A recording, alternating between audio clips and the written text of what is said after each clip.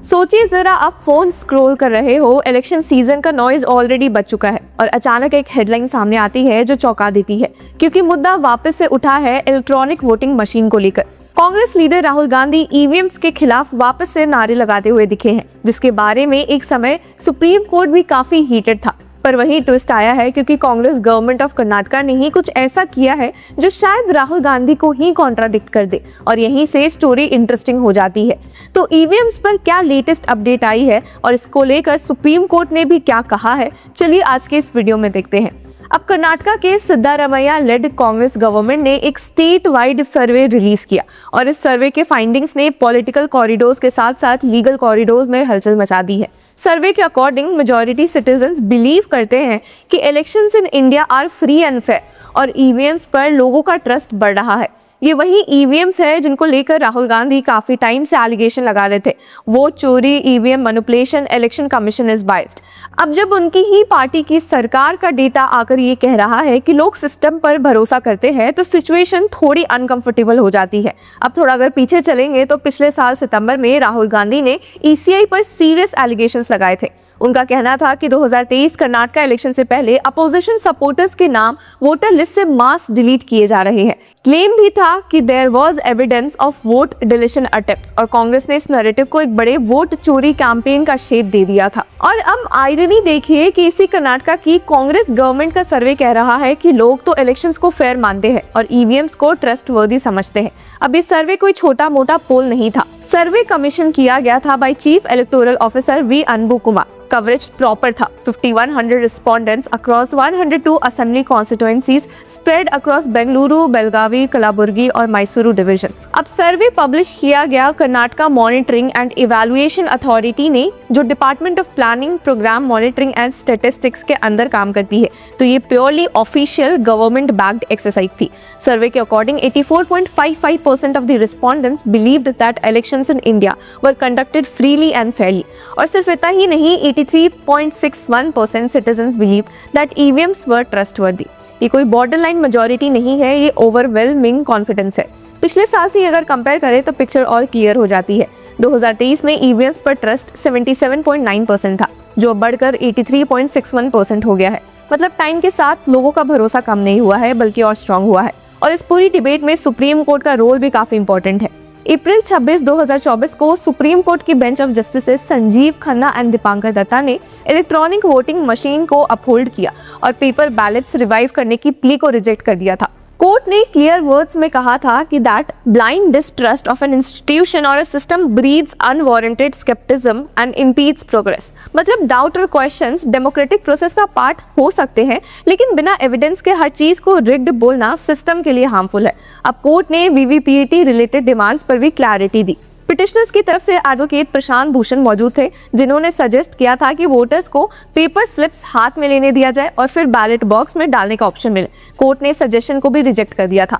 साथ ही कोर्ट ने रिफ्यूज किया था to intervene against Section 49MA of the Conduct of Election Rules, जो false complaints पर penal action की provision देता है under Section 177 of the Indian Penal Code। अब petitioners ने ये भी डिमांड की थी कि 100% EVM VVPAT क्रॉस वेरिफिकेशन हो। इस पर भी सुप्रीम कोर्ट ने कहा कि नो।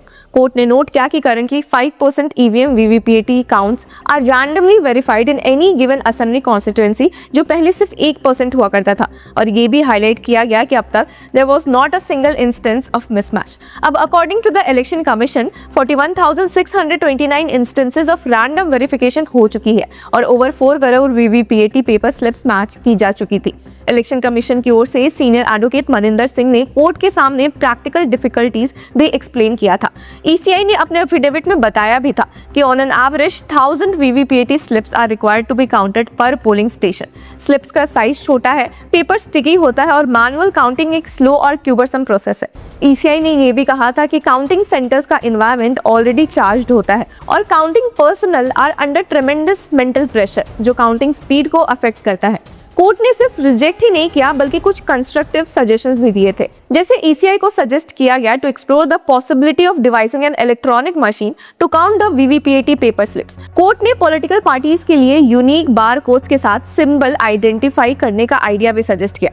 एक इम्पॉर्टेंट डायरेक्शन ये भी था कि from May 1, 2024 symbol of loading units should be sealed and secured after the process of loading symbols into VVPATs is over और कैंडिडेट्स या उनके रिप्रेजेंटेटिव के सिग्नेचर्स के साथ स्ट्रॉन्ग रूम में स्टोर किया जाए। कोर्ट ने ये भी अलाउ किया कि अगर कोई कैंडिडेट सेकंड या थर्ड पोजीशन पर आता है और टैम्परिंग का सस्पिशन रेज करता है तो 5% ईवीएम्स की बर्न्ड मेमोरी वेरीफाई की जा सकती है bye engineers of the EVM manufacturer. अब वेरिफिकेशन के लिए एप्लीकेशन 7 डेज के अंदर सबमिट करनी होगी और कॉस्ट एप्लीकेंट को बेयर करना होगा, जो रिफंड हो सकता है अगर टैम्परिंग प्रूव होती है। अब जस्टिस दीपांकर दत्ता ने अपने कंकरिंग जजमेंट में कहा कि rather than blind distrust a critical as well as constructive approach guided by evidence and reason should be followed. Court ने एम्फेसाइज किया कि इलेक्टोरेट की वॉइसेस एंड चॉइसेस तभी स्ट्रांग होगी जब system transparency, trust and open dialogue के साथ operate करे। जस्टिस दत्ता ने यह भी ऑब्जर्व किया कि we hope and trust that this system shall not fail the electorate and the mandate of the voting public shall be truly reflected in the votes cast and counted. अब वापस अगर हम कर्नाटका सर्वे पर आते हैं तो इसका टाइटल था evaluation of and line survey of KAP, knowledge, attitude and practice of citizens. Findings काफी क्लियर है। 83.61% of respondents expressed confidence in the machines and said 2024 Lok Sabha election was a free and fair exercise. Overall, 69.39% of respondents agreed that EVMs provide accurate results, while 14.22% strongly agreed. अब इस सर्वे के बाद BJP को जैसे एक readymade counter मिल गया।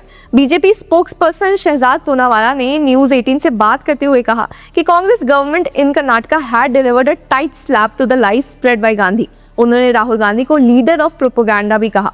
पूनावाला का statement काफी शार्प था। This is the same Rahul Gandhi who has no problems with the election commission when Congress wins in Karnataka, Telangana and Himachal, but when he loses election, he blames the poll body. और फिर उनका line जो political meme बन गया, दोष data में नहीं बेटा में है, बोलते हुए उन्होंने कहा कि Rahul Gandhi is living in a delusion and refuses to accept reality. End of the day ये डिबेट सिर्फ ईवीएम्स या एक लीडर तक लिमिटेड नहीं है। ये सवाल है कि डेमोक्रेसी का नैरेटिव कौन डिफाइन करेगा, फियर या फैक्ट्स, एलिगेशंस या एविडेंस। तो व्यूअर्स, आपकी क्या राय है? Do let us know in the comment section. Until then keep following law चक्र।